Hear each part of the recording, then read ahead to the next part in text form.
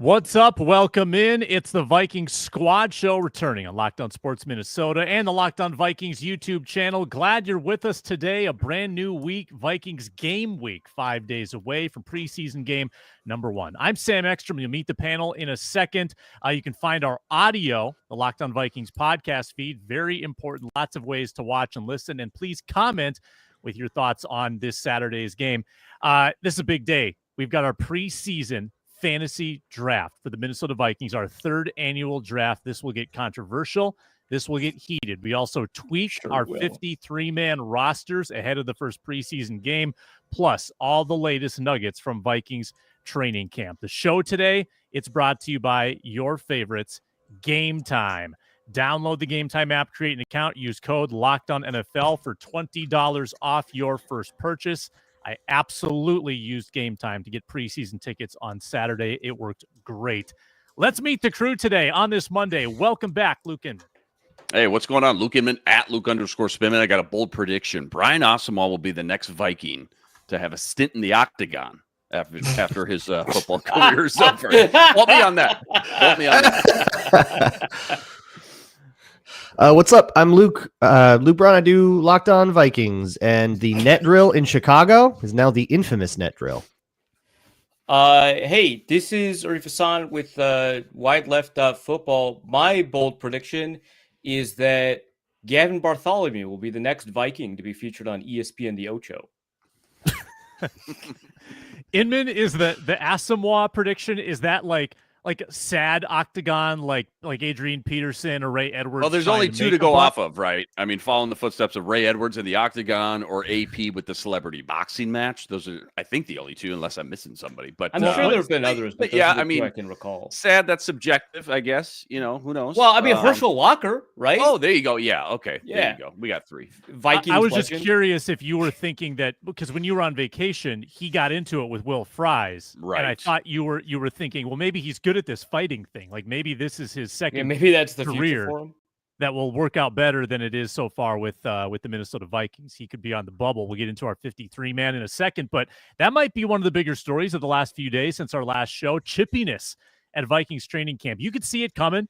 I think this was the day after the offense got embarrassed, where the defense went otherworldly, just nuclear on the Vikings offense. All the headlines, all the tweets, Vikings offense heard it from every corner, and they respond by punching back, and J.J. McCarthy's mixing it up, Will Fries mixing it up, and it led to actually some pretty good stuff from the offense. That's my big takeaway. The offense responds for the Vikings. What else you guys got? Yeah, nice to see them get a little chippy for sure and fight back. I think you touched on it, though. The topic is just it feels like you can just see Flores has his final two pieces in place with Jonathan Allen and Hargraves in the trenches. And when those two guys are healthy, combined with obviously Flores, the exotic creative Flores scheme, it's only going to take this defense to another level, which is kind of crazy to think, just given how great they were last year, especially that front seven. But I truly think, and try not to be a prisoner of the moment of a couple training camp practices, but they have the personnel. They got the coach, the defensive coordinator. They have the potential to be the best pass rush in the entire NFL with Flores calling the shot. So it just feels like they've been absolutely relentless day in, day out. Not just the first team, but 1 through 3, top to bottom. Yeah, I have a similar takeaway as Sam, which is that, there was this whole thing made of like the offense sort of asking the defense to back off the blitzes a little bit and to like play a little more normal, let the offense get a practice in. And the second they didn't, blitz every play, do all these exotic looks, the second they did back off, that's when the offense went crazy. So it kind of, I don't know if that cheapens it a little bit. Right. We're like, yeah, well, then now they're going easy on you. Now it's going well. Woo, deep bombs everywhere. Let's go. Right. But it probably makes you take all that success with a little bit of a grain of salt. That said, I'm still pretty happy with the quarterback, even in the plays that like were quote unquote sacks because somebody up front got destroyed. Those sacks weren't on him. And then the play he made afterward was good. It's like, well, what are you mad about? Yeah. And presumably those sacks would not occur during the regular season because you'd have like a full strength offensive line, so on and so forth. The thing that stands out to me, and of course, like on brand for me, it's a negative. is Will Reichert continues to be a cause for concern, right? So I feel like every time someone has reported his training camp kicking stats, which are typically just kicking stats done in some form of 11-11 drill, like 2-minute team, whatever, he's missed like 2, right? Like every single practice, no matter how many he takes, he's missing 2. My understanding is in the most recent practice, the 2 that he missed were like under 40 yards. Yes.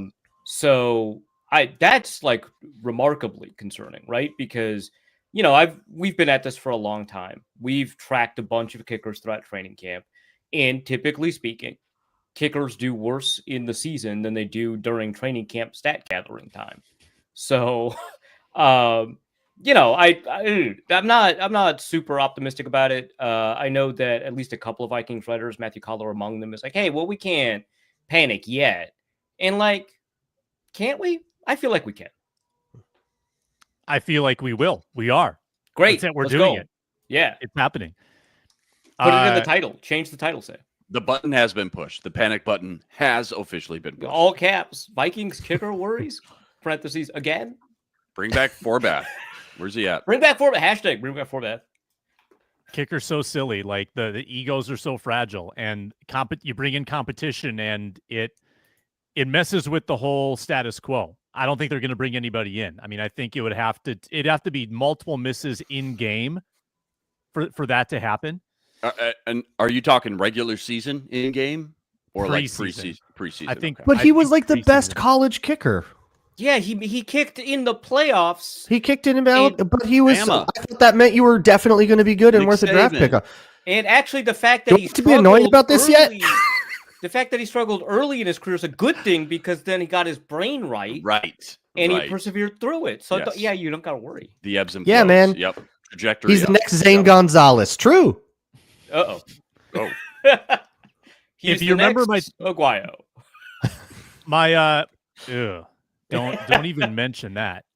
If you remember my take about a month ago on Reichert, I just don't think we learned everything we needed to learn about him last year because the Vikings led so frequently and by so much. He was rarely in high leverage situations. Like the most high leverage situations he was in was like extending the lead from 6 to 9 with 4 minutes to go.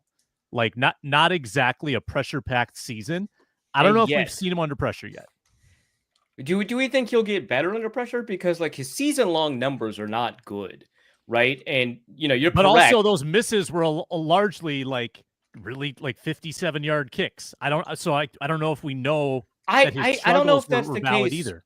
So I mean, there's like a couple of reasons to think that season is not like a great encapsulation of what he can be as a kicker, right? One of them is that his kicks suffered after he came back from injury. So you can make the argument, right? And I think that's a really fair argument. I think, Luke Braun wrote a piece over at Wide Left about the concerns that he has about this kicker that demonstrated themselves throughout the season. So, this was predictable. But I think also, I don't know if that's the case because like when you're talking about like, well, he just missed like 57-yard kicks. When you take a look at like expected points added versus like kick distance and stuff like that, he's well below league average, which accounts for kick distance. So he's making kicks at a lower rate than he should, given where those kicks are being kicked from. I think KOC might just be going 5D chess on this and saying that's fine. Every 4th and 6 or shorter, we're just going to go for it. We're going to pull an Andy Reid if we're inside the opponent's 50. Campbell. No, it's not an Andy Reid. It's a Dan Campbell. Yeah. Brandon Staley. He encased your type. That worked out good. Well, Brandon Staley wimped out. He stopped doing it. He's a coward. Yeah, he had to commit. You got to commit to it. Yeah, Dan Campbell committed. And he committed after losing because of it. He was like, no, like we lost the NFC Championship game because we went for it on 4th down and failed. And I will do it again every singot time. He went back to the ATM at the casino and just went right back to the blackjack dealer. And that's what you got to do. You got to trust your guys. Macho Meach has me self-conscious about my crinkly T-shirt. I think this is he deserving was on that of bit for a while. Breaking news sounder. Did you see who got first team snaps with TJ Hawkinson out? Are you just sound to assuage Macho Meach so he doesn't keep commenting on your shirt? Actually, yes. Don't get Who got distracted first from the team? point I'm making here. Yeah. Good transparency. The Italian Own it. stallion Commit to it. getting Yep. first team reps with Nice. TJ Okay. Hawkinson sidelined with a leg injury. Was he exclusively getting first team reps among all the backup TEs? Or was he Your one guy. Of a few? We have a competition brewing here with our 53-man projections because you guys have been liking Urasek a lot, and he was one of the two rotating in. Nesbitt, who we all I think don't like, has been basically buried. But Urasek and Ricci getting first team work. I like it. Is it too mean to give Nesbitt a nickname like Nepo Bit or something like that? Is that too harsh For this show? He's about to get fired. Like I feel like that's plenty.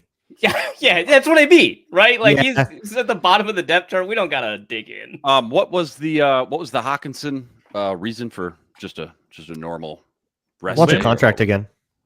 Ear infection. Ear infection. Yeah, but the other ear this time. He was limping with an ear infection. Yes. Yeah, with a lower back injury. No, is it he? I think the speculation is a groin injury, but he was like back on the field pretty quick. Okay. How do you guys feel about JJ coming back? Obviously, they're not going to do anything till he's 100%, obviously, but perfect world. You want the timing, you want the chemistry before you go to Soldier Field and all this and that. I'm just thinking about like the joint practices and how intense they are, how physical they are.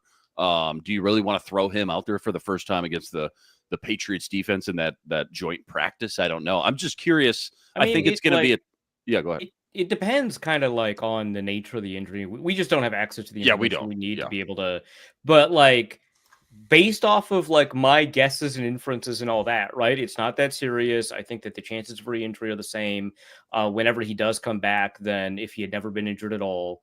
And so I would like him to do those joint practices because I would like McCarthy to, against a slightly more standard defense, not like that New England's defense is ever standard, but like a slightly more standard defense, have McCarthy throwing over Christian Gonzalez into Justin Jefferson's hands. I would just like that experience for that chemistry to continue to develop.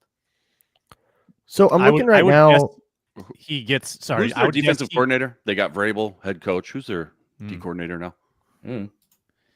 It's a good question. A lot of Vikings connections on that roster, by the way, including Chad Graff. Chad Graff. Yeah. Did you message him? Did you tell him he's going to be on the show? I mean, I'll let him know. I'll tell him he's going to be on the show. He'll listen. I think Jefferson practices in the practice leading up to joint practices gets Williams knocks the rust off. Terrell Williams. Wow. Yeah. And then and Vrabel is calling the shots there, right? So Williams is the Wes Phillips of that staff. Could be. This guy's been like a defensive line coach his entire career until this year. So decent shot that's the case. Yeah, James, Chad Graff's actually playing left guard this year. It's rough because he has neither the height nor the weight for it, but he has the spirit. Good awareness. Great awareness. I know we're going to touch on it. Texans roster. I just pulled it up 30 seconds before we went on. Some good Vikings connections with that Texans roster as well there too. Yeah, seriously. No spoilers. Yeah, there's a lot of connections. No spoilers. Circling back to the tight end thing, Sam, I was just looking at some of the plays that I had from like just some clips that have been either posted to social media or like sent to me of the second team offense. I think 49's in there more than 48. I think Giovanni Ricci is the primary second team tight end right now. Okay, again, Giovanni Ricci was signed partway through the offseason, right? He was not. Yes, which which usually buries you on the third team as just like a body. Yeah. So that implies that if he didn't start kind of up the ladder a little bit, that he's climbed. The Bartholomew back injury is the reason for this, and we don't know when that's going to alleviate. Well, it's correct, but like Ricci's signing position, right? Like where you would expect him to be, is still above the two guys that he should be behind based on the fact that he was basically a camp body add-on. So like, yeah, obviously, Gavin Bartholomew's back injury is the reason that we're seeing tight end 4 elevated to a tight end 2, right? But the fact that the tight end 4 is the guy that was signed partway through the offseason and not the guy signed immediately, or not the two guys signed immediately after the draft, is notable. It means that he's fighting through essentially an uphill battle to get where he is. And I think that's making progress. Yeah. Yeah. Similar situation, Leroy Watson in with the twos a lot. Oh, hey, that's the tight end from Texas Tech or something like that. That's a tackle now. Tackle. Yeah. Yeah, but he was a tight end. Yeah. The cool story that we liked. Yeah. Ron loves him. Ron Johnson. And Logan Brown working in with the twos as well. And again, some of this to trickle down, Darisaw, schools with the ones, like that's why this is happening, but also it's good information. Yeah, it's a relative position. I like it. Before this gets away, I just want to point out that the profile or the resume that Ricci has going into his time in Minnesota is very similar to Johnny Munt coming to Minnesota. If you look at Munt's first 5 years with the Rams, he was a bit player. He had 10 career receptions in 5 years. And then he had like a pretty nice Vikings run, 3 seasons. How many times had he been cut? 5 years with the Rams can't be more than a couple, like probably some practice squad roster negotiating there. But it says, all right, 29. You want all 29 transactions? Oh my God. Munt waived in 17, released again in 17, waived in 17, then released, activated. Well, those don't Looks like that first year he was bounced around a ton, and from that point on, kind of stuck. Yeah, 27 transactions in his first year, and only 2 after. Who was the number 4 tight end for the Vikes? Maybe number 5 that we all kind of liked during training camp. We didn't have room for him, and he signed with the Packers and ended up getting Ben Sims. Ben Sims, who I think is the second best tight end on their roster right now, and that over Musgrave for sure. Yeah, over for Musgrave, sure. the guy who can't turn left, right, or forward somehow. Yeah, or catch or like do anything. It's horrible. Every time I see him, I get pissed off. Yeah, Tucker Kraft is good, unfortunately. Yeah, Tucker Kraft is a good tight end, and I think Ben Sims should be there too, and Musgrave should be launched into the sun. How many UDFAs can we fit on our 53-man roster? We figure that out next. Brought to you today by Arif's favorite beverage, 5-Hour Energy. And 5-Hour Energy Transfusions. They've got the new bold grape, ginger, and lime flavor. I like to golf, and I like to take it on the golf course with me. You've got those energizing shots minus the alcohol. You're golfing with your buddies.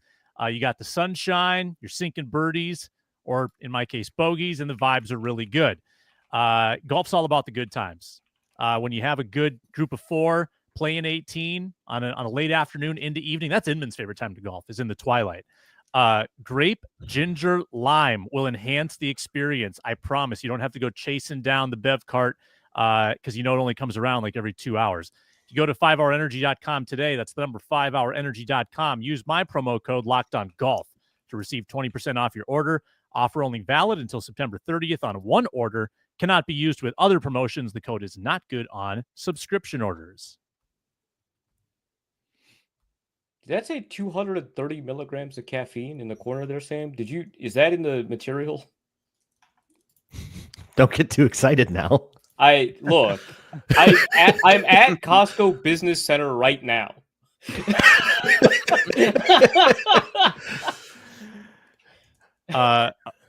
So Arif, if you get these transfusions, can we get you golfing? Will you golf with us? Absolutely not. Are you kidding me? Oh. Good call. There's a cart. Yeah, my issue with golf is all the walking. You're right. Oh, perfect. Okay. Well. Yeah. All right. Cool. All right. Tame guy. All right. Let's go. 53-man. This is what we're going to work off of my record of what I had back on May the 1st, post-draft. And we're going to rip it to shreds. I had J.J. McCarthy, Sam Howell, Brett Rippon. Does anybody want to sneak Brosmer on there, who reportedly has done well, but not getting much above third-team snaps once in a while? I have a different idea. Well, okay. But go ahead, I want to hear your different idea, but I do want to just so I had a couple of people back channel me that are in positions where they're not watching or anything like that, but they know people who know people, type, right? People I trust, right? And they're like, Brosmer might be the best out of those 3. And they're asking me to confirm, and I'm like, I'm not there. I can't I would be surprised. So it seems as if there is some filtering out that Brosmer is outperforming Rypien and Howell, which I would argue is more an issue regarding Rypien and Howell than it is, a positive necessarily for Brosmer. But B, like we're talking about threes versus twos, right? And the twos are playing against the ones very often. And so these are not even playing fields. And so that's kind of what my takeaway on that is. But I wonder if this is the same as yours, Luke.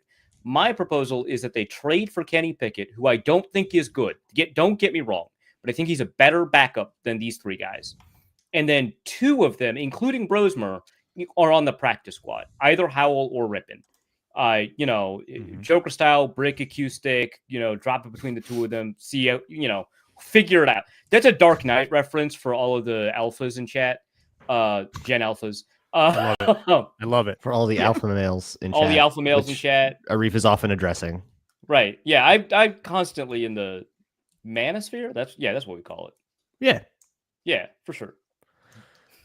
I have a similar idea. I didn't get specific. I just put QB3 TBD and cut both Sam Howell and Max Brosmer, kept Rypien. Rypien is getting more run with the twos, so they understand that that's not an even playing field and want to see it more. But the fact that Sam Howell kind of walked in and all the reporting was like he's the QB2, and he walked in basically as the uncontested QB2. They did not trade reps to start, and now that status quo has changed, tells me that even though there's circumstances in level playing field, like Sam Howell playing poorly has mattered, and that momentum in a training camp is not often. It doesn't often turn around. That's we didn't get this guy right. Not he's had a bad week. Let's see if he has a good week. Or at least that's the my Rypien ranking vindicated. Let's go. So I'm keeping Rypien as QB2 and then waiting to see who gets cut as QB3, picking up some waiver claim. How about Skylar Thompson? He's QB4 in Pittsburgh right now. They got Mason Rudolph. They got Will Howard. They just drafted. They're not going to cut him, I don't think.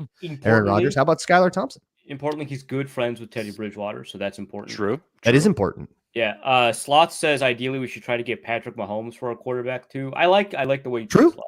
Yeah. Yeah. Throw him like a 6. Why not? Yeah. So Rypien will be QB2 for like 2 hours, and then someone will write an article about it, be a feature story, and then they'll bring in the real QB2. That's what you're saying. Yeah. Yeah, like I a think feature's going to drop. Like Alec Lewis is going to drop a 4,000 word banger on like the path that Rypien took from like Wyoming to Tampa Bay or whatever it was. Did he do UFL? Maybe we'll put that in there. And then it's going to be like, pull the heartstrings, kind of. The title of the story will be Grip It and Rip It. Yeah. RYP. Yeah, exactly. It'll have like a small feature on his dad, of course. Mm-hmm. And then 2 hours later, Kenny Pickett. Kenny Pickett. Yeah, I do see a transaction coming. And I think with Howell too, because they didn't spend a full draft pick on him because it was just a 5th for 5th swap, it makes him a lot more cuttable than if you put a draft pick into him and then you like want to try to justify that. Yeah, they're not committed. They're not committed. Yeah, it's $1 million, right? It's $1 million, not even. Is it even guaranteed? I don't know. I'm gonna look June Lee says, "Let's go get our old friend Kirko Chains." LMAO JKJK. Sorry, or John Lee. My bad. Actually, look. Well, as soon as he like clears waivers, right? He hasn't unguaranteed been cut yet, but like I assume at some point Kirk Cousins is going to get cut. Then he'll clear waivers. Well, I guess he's a vested veteran. He doesn't have to clear waivers. As soon as he gets cut, you could just sign him. There you go. Let him bring him home. Yeah. Everybody's like the relationship there is still good. Like if he gets cut, he's gonna go somewhere where he's starting. Yeah, that's probably true. Yeah, he's gonna go start for the Browns. That has felt written in the stars all offseason. Yeah, it's like they have 5 quarterbacks and also 0. So Yeah, for sure. So how many QBs are on the roster after all that discussion? What do we land on? 2 or 3? I think it will be 3. There's just such an advantage to having a third on your active roster because it lets you have 49 technically game day active.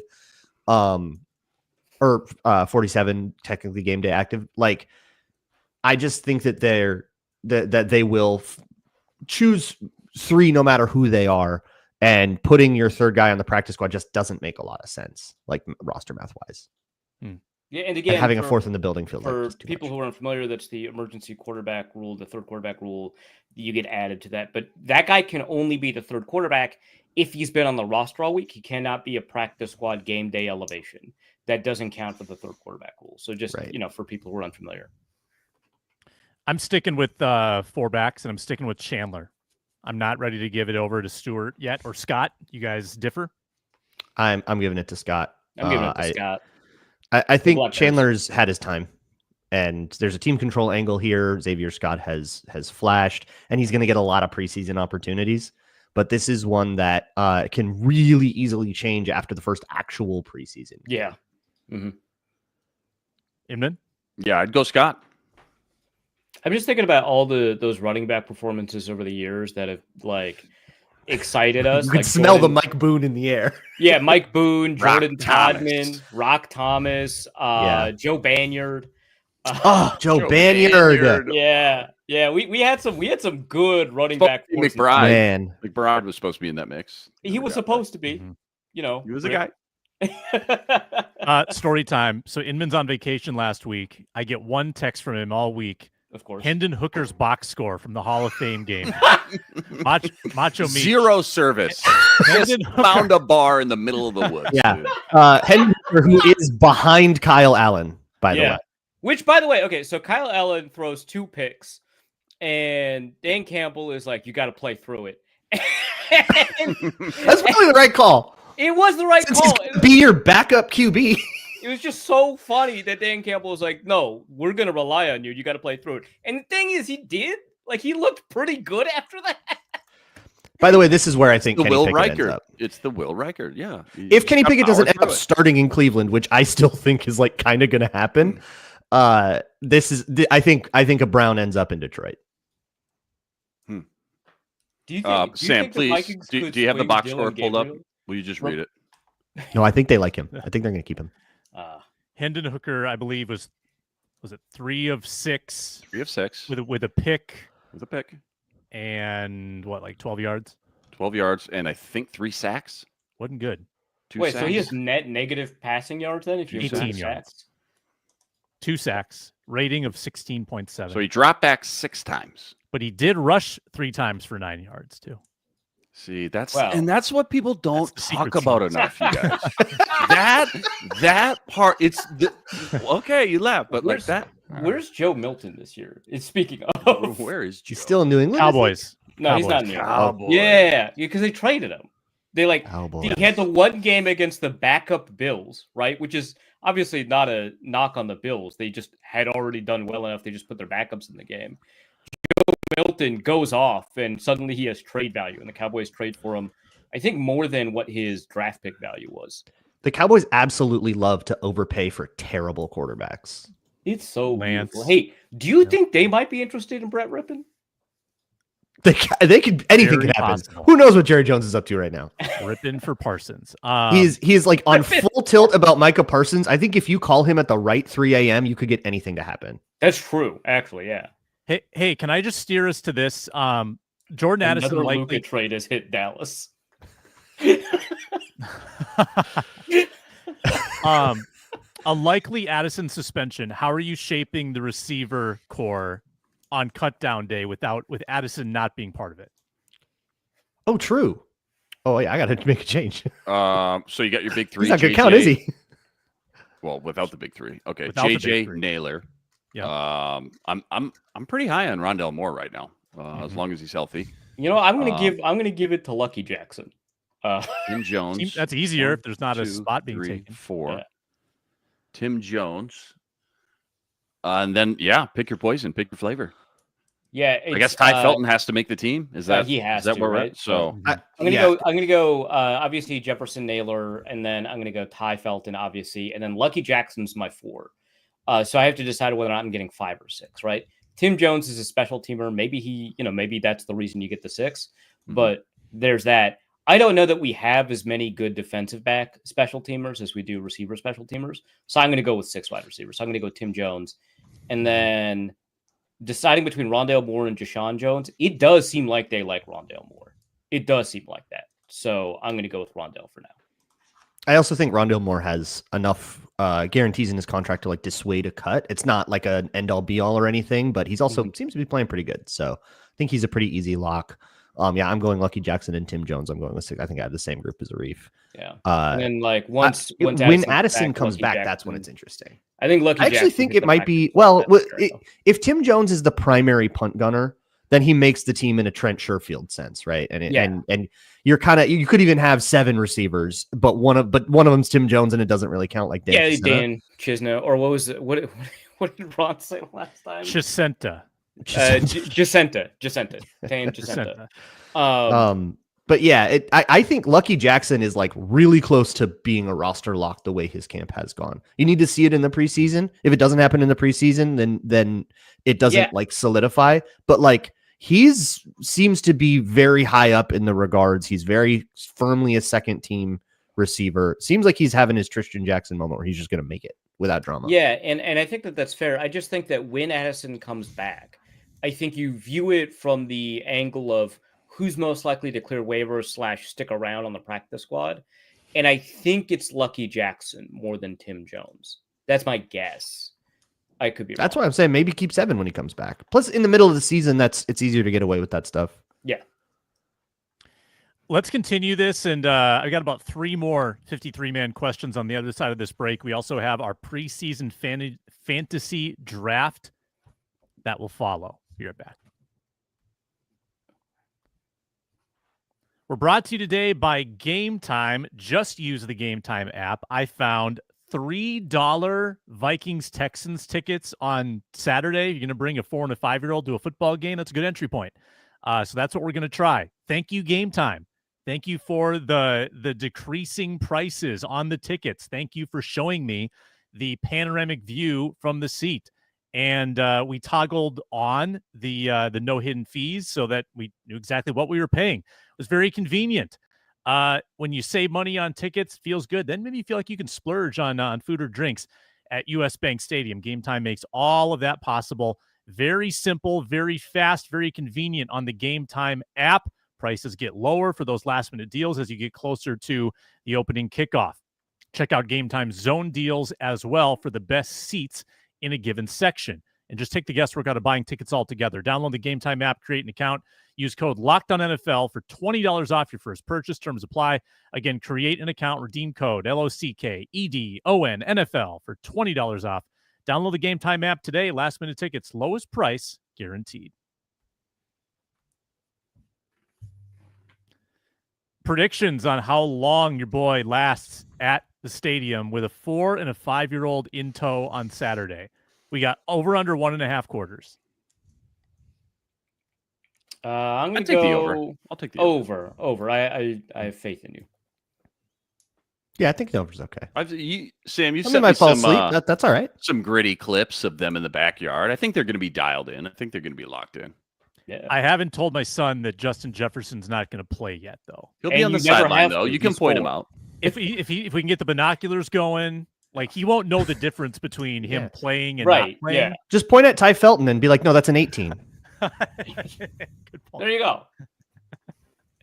Yeah, he can't read, so the names on the jerseys don't mean anything. But He's so Sloth far makes away a from the great action point. that they're all just ants anyway. Yeah. Yeah.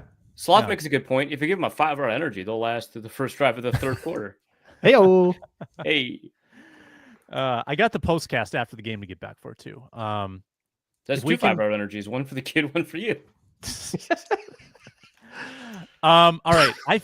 I think that preseason performance going to go a long way in determining like 8th and 9th offensive line or 10th, like whatever your preference is there. Because I have no clue what like the depth interior spots have looked like in camp. Maybe you guys have seen some dispatches on that. And the same would go for the bottom of the defensive line room. It feels like LDR has an advantage right now. Tyler Batty seems like he's getting a lot of work. I don't know how many they're keeping, but I think it's going to matter what they do in the preseason. Yeah, I've got nothing to add to that.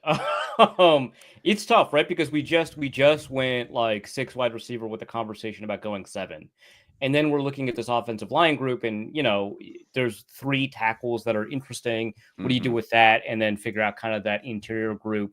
And then you go to this defensive line, and it's like there's good argument from our perspective anyway to keep a bunch of these guys, right? So almost certainly you're keeping Ingram Dawkins, right? I guess that's not a lock, but almost certainly, right? And then you've got Jalen Redmond, who's been flashing, who did really well last year. You've got Levi Drake Rodriguez, who did like much better than you would expect to given his contract last year. And you've got players like Bo Richter, right? And it's Tyler Batty. So it's tough, right? So you can easily make the argument, right, that you want these 9 or 10 offensive linemen, that you want these 9 or 10 frontline defenders, right, to include the edge rushers and the interior defensive line.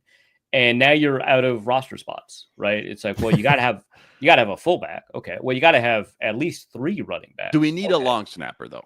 We don't cut the 3-time All-Pro. What are you doing? Something somewhere. Trade value. Trade value. True. Get my Howell swap back. Yeah. Which doesn't make sense. So from what I understand, Jalen Redmond is like kind of solidifying as like the 4th D tackle, as the guy that'll come in a little bit. He's coming with the ones a little too. And then it's Levi Drake Rodriguez, who is, I would say, leading. I've got Taki Taimani entirely off of my 53 now, which is shocking to myself from 2 or 3 months ago. I mean, Matthew Pollard seems to have like the same take too. It's just tough. Yep. Yeah, no, like and how many it's did they happening. keep That's last just year? wild. Did they keep 5 or 6? 6. They did keep 6. Okay. They stashed Levi Drake Rodriguez and they didn't play him. Basically. But they did the stash a draft pick thing. So really they had 5 functionally, and the 2 backups were Jalen Redmond and Taki Taimani. That appears to be overturning. But I think on the O-line, not a lot else has changed. I think we have this sort of same starting 5 we expected. Michael Juergens is the backup center. Walter Rouse, Blake Brandel. Here's an interesting idea, though. Justin School has had a catastrophic camp. He's going up against Jonathan Grenard all the time. How mad are you about that? But considering that the other interesting ideas of rookies and stuff, Leroy Watson, Logan Braun, these other tackles are coming in, does that become a competition if Justin School struggles in the preseason as well? What are you doing here? You're the Justin School guy. Come on. I am? Yeah. He's just a Rashad Hill. What? Yeah, that's your argument in favor of him. It's hard to find Rashad Hills. Yeah, Rashad Hill that struggles a bunch in the preseason, gets overtaken by a young upstart. That could happen. Yeah, by Brian O'Neill. That's not the same. No, like gets overtaken by Logan Braun. Logan's that's what seems to be happening. Second team LT with Darrisaw out, I believe.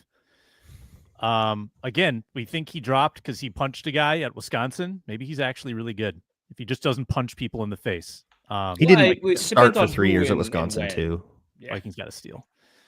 The most interesting thing from Matthew Collar's latest Purple Insider, quote, there was a stretch this summer where Dwight McGlothern had 3 interceptions in 3 days, yet we've seen a lot more of Utah UDFA Zamiah Vaughn than we have McGlothern with the second team. Music to my ears, but maybe we've overhyped on McGlothern a little bit. No. No. There's room for both of them. Yeah, I agree. If you cut Tavier Thomas, who has been really quiet. Collar's been at practices. I haven't, but no, I'm right. I still like every time I see a clip of Dwight McGlothern. I really like the way he plays. I'm keeping my same 6 that I had before. Once I put Zamiah Vaughn into that 6 after the OTA hype happened, that seems to be solidifying. I feel pretty good about it.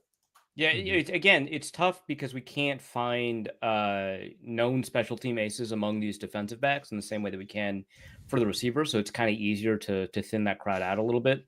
But like the argument that Collar makes in that piece seems to be about the consistency, which, obviously we're looking at camp highlights and McGlothern looks good in camp highlights. What does he look like when the camera's not on him or when the Vikings aren't promoting him? I guess maybe not quite as good. But, I haven't heard anything about like Ambry Thomas, right? Like what happens if Dwight McGlothern is actually playing inconsistently? Who's taking his spot? I don't know that there's anybody unless you only have 4 cornerback. Like that's not happening. So, it's interesting. Maybe Zemayev is more interesting prospect for the Vikings out of the two of them, but that doesn't mean that like McGlothern's not going to make the team. You just do the math. You have Murphy, Rogers, Okudah, Mekhi Blackman. Those are your 4 that have kind of been seen as locks. And who else, if you're going to keep 6 corners, which is the standard amount, who's knocking one of those 2 guys off? Right. Yeah. Like I don't think anyone has made a name for that yet that we've heard of from people reporting from camp or fans watching camp. Or I haven't heard any cornerback names from like the dozens of eyes that we have in Vikings camp that would supplant McGlothern. All it takes though is one special teams gaffe from one of these guys. If you're going to be, Dwight McGlothern, Zemayev, you're going to be cornerback 5 or 6. You ain't seeing the field a lot. You have to make yourself useful at some point, or you're a waste of a roster spot. You have a much easier time, making a good play on a kickoff, or have a much easier time getting yourself cut if you make a bad play on a kickoff than you do being the 6th best corner. Has it struck you guys? Have you lost sleep about this? Like, just listen to the point, Arif, before you jump in. Once in a while, can you just put a 5-hour down? He's finally snapped. I finally got him. You did it. Oh my God! Is that a wrinkly shirt? Whoa. Let's let the wrinkles. Let's let the wrinkles down. We're gonna heat it here. All right, I'm taking the under on that 1.5 now. Now that I've seen dad mode.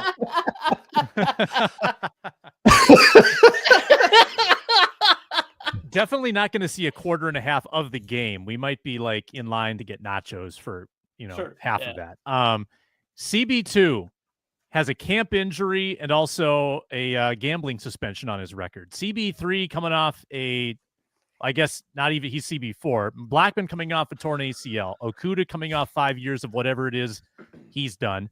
CB5 is a UDFA from this year, and CB6 is a UDFA from last year who've done nothing in the league. I noticed you've skipped CB3, who's coming off of a career of being bad. No, I said that. I said 5 years of 5 years, whatever he's doing.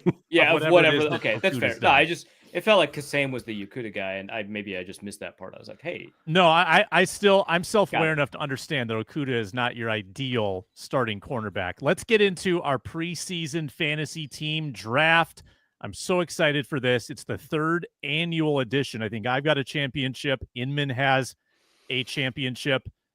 We will share the screen so you can follow along. We've got some updated rules this year. We're going to draft a 6-man team. We've got fancy defensive points, which Arif, now that I think about it, I think we actually adopted this last season, and I think it went well. I think this was our system. Okay. Did we change the sack? Because we right before the show we changed the sacks. Did we change the sacks last season too, or I think we did, but okay. I'm not 100%. I didn't want that. Are we drafting in the same order as it was in the previous sheet, or are we rolling a new order? What do you think? Let's do last year's champion gets the last pick. That would be So let's do this. So it's no, I didn't win last year, though, did I? Parody. It'd be Luke Braun first, then me, then Sam, and then Inman. Yep. Does that, because we did the opposite last year, does that mean we had the exact same order 2 years in a row? I'm not 100% on how this was ordered last year, but that's a triviality. The 2024 tab is actually 2023. That's the funny part. So roster, copy paste going on there. So these are the roster restrictions. It's a 6-man team, no quarterbacks. Just too unfair for the person who gets pinned with McCarthy. 2 wide receiver maximum. There's plenty of receivers to go around. 1 defensive player minimum, and no kicker. Other than that, flex. It's wide open. We're not going to force you into picking a running back who won't play. We're not going to force you into taking a tight end who won't play. We're keeping the roster fluid. Positionless fantasy football.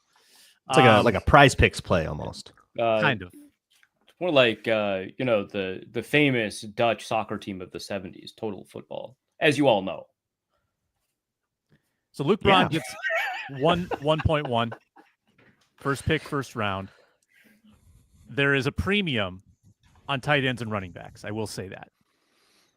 For sure. That's going to be Xavier Scott for me. I think he was he was always going to be the 1-1. I know. I was very prepared to have the snake in the double back, so I guess I'm happy about this, but I'm not too happy about this. Yeah. So I think the logical thing here would be to go for Stewart, but I'm not going to do that. I think Ty Chandler's enough in the doghouse that he's not going to miss any snaps, but not so out of the doghouse that he's not presumably running back 3. So Ty Chandler. That could be a monumental gaffe. That could be for sure. Just a giant mistake. Absolutely. Could go either way. I have baked the pie. It is that was KOC's guy, and KOC might have enough enough respect to go, let's get some good stuff on film for him before we cut him. Right. Yeah. I don't think he plays none, but I think he plays, a quarter and puts it away. I'm taking Trey. Yeah, that makes sense. Yeah. Okay, so all three running backs gone. Inman's out of running backs unless he wants to. So I'll go bang bang at receiver. I'm gonna go Lucky Jackson. That's the move. And I'm gonna go Jayshon Jones. Actually, those are my 2 receivers. Yeah, I like that. They're everybody's, but Jayshon Jones, guys that Tim Jones, a veteran, a little bit older. How much playing time is he gonna get? I don't think Ty Felton's good. Rondale Moore with the injury history. I don't know how much they give him. So yeah, I'll just kind of throwing darts up. I mean, Lucky, I think we all feel good about, but Jayshon, a little wild card with him. So you've exhausted your receiver quota. Mm-hmm. Back to me, and I basically get my first pick at tight end if I want. Plenty of receivers on the board. You know what you have to do, Sam. You gotta do it, Sam. Do it. Do it. You know what you have to do. Italian stallion, yeah! baby. Do it. Giovanni Ricci, 2.2. Arif Hasan, you're up. I mean, I think we know where I'm going. I'm going Eurosec. Yeah. I don't mind getting pinned without a tight end. I don't need a tight end, right? We're doing the flex thing. You don't need a tight end. Yeah, so I don't mind this. I'll grab Ty Felton, rookie, probably going to get a lot of reps. That's good. I almost picked him. Maybe some return potential there if you can break one. Yeah, and how about a Silas Bolden, who I think is still playing with the 3s, looking good with the 3s. How about I just go receiver? Mm-hmm. 2 guys that this does not match my takes at all, but I'm playing for volume. Yeah, for sure. All right. Oh man. So you're out of receivers, and Arif is up. Yeah. So I think I'm just gonna. This is tough. Oh, I see. I'm gonna have 3 defenders. I'm actually fine with that. I'm gonna go with Kobe King. It's a good pick. It's a good pick. I think that's the best defender on the roster for this. I find it fascinating that we all seemingly have a fairly similar ranking of players. I know, right? When we're getting into players 45 through 70, the linebackers rack up the tackles, and Kobe, and get the rookie that's going to play a lot. That seems to be doing well enough to keep a spot on the 2s. He's been with the 2s, yeah. I think we're about to hit a cliff at receivers, so I got to take Thayer Thomas now. I don't love Fleming, Lewis, or Tim Jones, and I don't love any of the top 4 playing at all. So we'll take Thayer, and we'll give Inman the 2-pick turnaround. I'm gonna go with. Really wanted Kobe King. I'm going to go with Bo Richter and Gabe Murphy. Hope I can rack up a couple sacks. Not confident with Asamoah. And I just don't know between Tyler Battert and Austin Keys. I would like to go linebacker, like Luke pointed out. You can get some good games, good points from those guys, but I just don't know. I would be throwing a dart up between Keys and Batty. So I'm going to go with 2 guys I know who have been rotating with the 2s. I mean, because this is a format that does reward big plays. In a way, and so if one of them pops off, it justifies the other pick. Mm-hmm. Yeah. All right. Before we get into the second half of the draft, we're going to pause very briefly and return. The preseason fantasy draft will continue. What a cliffhanger!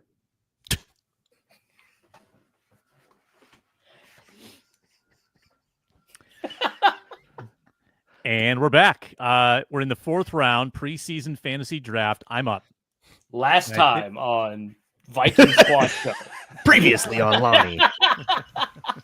The Italian Arif. stallion. The deep Arif cut for interrupted Sam, and there were fireworks. I'm really needling him today. Should I just go fully Yes. on brand and Yes. go Vaughn? Or is this like an Ivan Pace situation where I think a couple of years ago we thought, Ivan Pace was the Kobe King, right? Mhm. And he didn't play. Yeah, he was too good. Is too good. Vaughn? You think Zemiah Vaughn is too good to play? Maybe. No, we're gonna go with him. We're gonna take Zemiah. Wow. Yeah. That's I like it. I respect the on brand strategy. Yeah. Yeah, Sam is full on brand. This is great. Mm-hmm. Man, okay. This is tough. I'm gonna go Tim Jones. Tim Jones. All right, so that is one receiver for Arif. Still has one to go. Braun is up. He does not yet have a defender. Nor do I have a tight end. I will take Bryson Nesbitt off the board. He'll play, y'all. He's going to do something. Yeah. Even though I don't see him making the team much. I'm kind of going to be I feel like I always end up doing this and it never works. And I'm just going to close my eyes and do it again, which is sort of bank on the guys on the, guys that I think will play enough on the third team where they get like a whole game. Yeah. And I feel like sometimes that last game ends up being, a big giant sample, put the best tape you can out there for a draft pick that they like that's going to get cut. I'm going to take Brian Asamoah. That feels like he's going to get a lot of run. I was going to grab him, actually. This is what happened with Lewis Seen last year. Yeah. They gave him a lot of run. He played a ton. He got a bunch of, he racked up a bunch of stats, didn't make the team. Yeah. I think Asamoah is going to have that chance. I was gonna ping him with Kobe King. I was kind of hoping you wouldn't notice. That's fair. So my backup defender in that scenario is Jay Ward. Good call. Well, if he played, he actually might not play that much. Yeah, the problem is there's 3 safeties already that might not play. I think he'll have to put him in. He's going to get some run. Yeah. Yeah. I was hoping he'd fall. Good pick. Yeah. You're going to see a lot of like Mish Powell.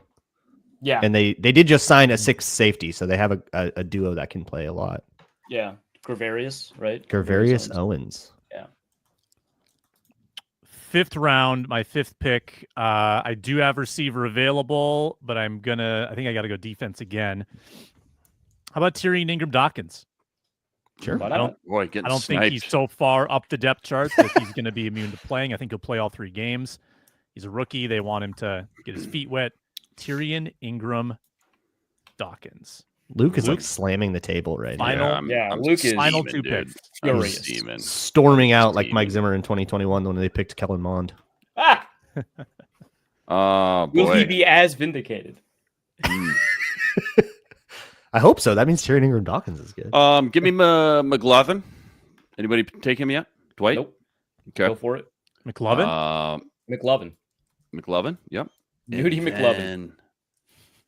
Boy, do I go back on offense here? I just have more faith in Flores, like second, third teamers beating up on other offenses, second and third teamers here. So I'm just trying to stack up on defense here. Just such a crapshoot. Levi Drake, Redmond, Taki. I'm gonna go Tyler Batty. Mm-hmm. I need a linebacker. I like it. I really like that. You've got a lot of sack potential. Sacks are worth 4 defense. That's awesome, dude. Well, no running backs were available. I didn't like any of the tight ends, to be honest. I mean, I love it. So heavy edge. Yeah, I'm pretty great, you guys. Just in general, Well, okay. Rule. No, hold on. All right. No, you're right. Inman's got his team. I don't like Robert Lewis at all. Dante Fleming, like the super tiny guy out of Tulane. I think I'd rather have a defensive player again. Ooh. Couple linebackers, couple UDFA linebackers, certainly. Powell, Safeties can get tackles and picks. I don't like Powell. I wish I had the full. Did the Vikings release a depth chart? A lot of teams did. I don't know if the Vikings did. Let's just pull up our lads if you're willing to risk it. Oh, I'm not. If you're willing to, yeah. They have not updated their depth chart. Okay, so we're gonna go with total wild card. Is it Michelle? Yeah, Mish. He goes by Mish. Miami. Mish Powell. Speaking of which, the Vikings cut Mush. Alexander Mush Williams. They cut him. Yeah. Can't have Mish and Mush. So not the year for the minicamp guys. Definitely the guy I was gonna. So because I've been trying to handcuff, right? I wanted Asimo. Can I change? Can I change? Is it too late? It depends. Too late. No. Depends on how fun your idea is. Who do you want? What's the goal here? Oscar Chapman. Chaz Chambliss. I kind of wanted that Morgan State guy, Elijah Williams, but go for it. That's awesome. Absolutely do it. Do it. Oh, now you're second guessing yourself because we're all supporting you. You guys are too encouraging now. I'm doubting. This, I promise you, has nothing to do with how good I think he'll be. Dude, I think just going for the school D tackle just rules of roster players 60 through 82 right now. Total crapshoot. All right, I'm going with my gut. Elijah Williams. Oh, that's fantastic because my pick was going to be Mish Powell. Great. So we will have two. There are two. You got so quiet there. Here. Now it makes sense. Yeah. Okay. When Arif goes Ty Chandler instead of Trey Stewart, that could be a huge mistake. And Sam pivoting from Powell to Williams, another huge mistake. Yeah. There's a bunch of fun darts on this board. Legit, I almost took Eric Wilson instead of Batty, but I'm surprised Braun, nobody took him. I'm not going to take Eric Wilson. You're not? No. I just don't think he's going to play them. I'm trying to stay away from guys that are going to play like one quarter and then like, a drive at the beginning of one game and stuff. Like I'm trying to go through the depth a little bit more. And I don't know. Eric Wilson, as a veteran, appears to be very much a roster lock. I don't know how much you're going to see out of him. Like, I think I got burned on that last year with Kamu Grugier-Hill. He barely played. Yeah. And I picked him thinking he would be in a whole bunch and he'd be a good player, but he was too good a player and barely. I think we're all evolving here in year 3. Yeah, we're learning to figure this out a little We're growing, we're learning. Yeah. I think there's just not enough guys to not play Jalen Redmond a whole bunch. I was just going to ask you, somebody's got to pick one of these 3 guys, right? It's interesting. Well, but if there's anybody, you know what? I'm gonna sort of split the difference there. I'm gonna go with Levi Drake. I like that a lot more. Interesting. Yeah. I need one player on this team that I think is good. You know who was 4th on the team in tackles last preseason? Taki Taimani. Oh wow. Yeah. Stats. Yeah. Which I just think is fascinating. Obviously, I didn't pick him, so like clearly it didn't swing me that much. But I would have considered it had Mish Powell been off the board. and he won that 4th D tackle job. Yeah. So that which would inform the LDR choice, right? So yeah. So waiver claims available after each game. I love the waivers because it's just like, what are we doing? Yeah. But it's also, someone gets hurt here, right? And if someone gets hurt this week in camp, we can't waiver before the game? No. Yeah, I think it has to be after the game. After but it was funny because like the waivers were, because we were position locked the previous years. And so the waivers were just like, oh my God, my running back isn't playing. He's too good. And then they signed a running back and I'm like, oh God, I need them. And then someone else picks them off a waiver and it's a disaster. You just end up with Aaron Jones on your roster. Like, well, I guess it technically counts. CJ Ham. Yeah. Yeah. More of this on Thursday, but quick thoughts. I know Inman checked it out. Quick thoughts on the Texans roster. Anyone that you're excited to see? Any storylines emerging for Saturday? Well, I know Cam Robinson's technically penciled in as a starter, but their offensive line was atrocious last year. They decided to just blow up the whole thing and get rid of even guys like Laremy Tunsil. They used a first rounder a couple years ago on that. Kenyon Green, I want to say. Please tell me your pick is Ed Ingram. Ed Ingram. Ed Ingram's second team. We might see a lot of him. Yeah, oh, wow. Ed Ingram versus Levi Drake all day. Yeah. Maybe some Cam Robinson as well. Hunter Daniil will obviously be on the sideline, but but pretty funny. Running back situation: Damian Pierce is out, Joe Mixon is out, Nick Chubb they're not going to play at all. No Yeah. way. So Plus, Woody it sounds like Marks, Nick Chubb USC is, running like, back, he should done get a for. lot. What do you, Yeah. Oh my! Do they have 6?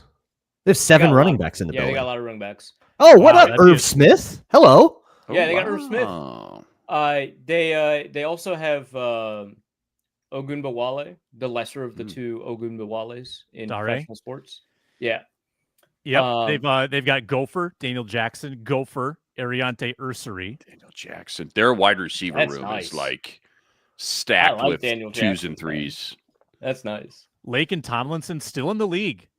Wouldn't have guessed. Yeah, that's not like great news for them.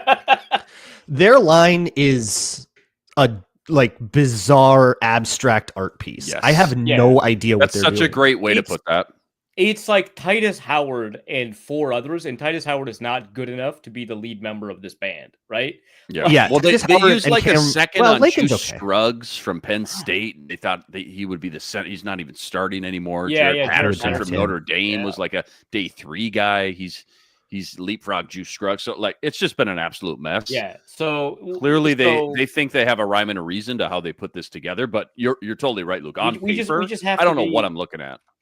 So there are joint practices against the Texans before the Texans game, right?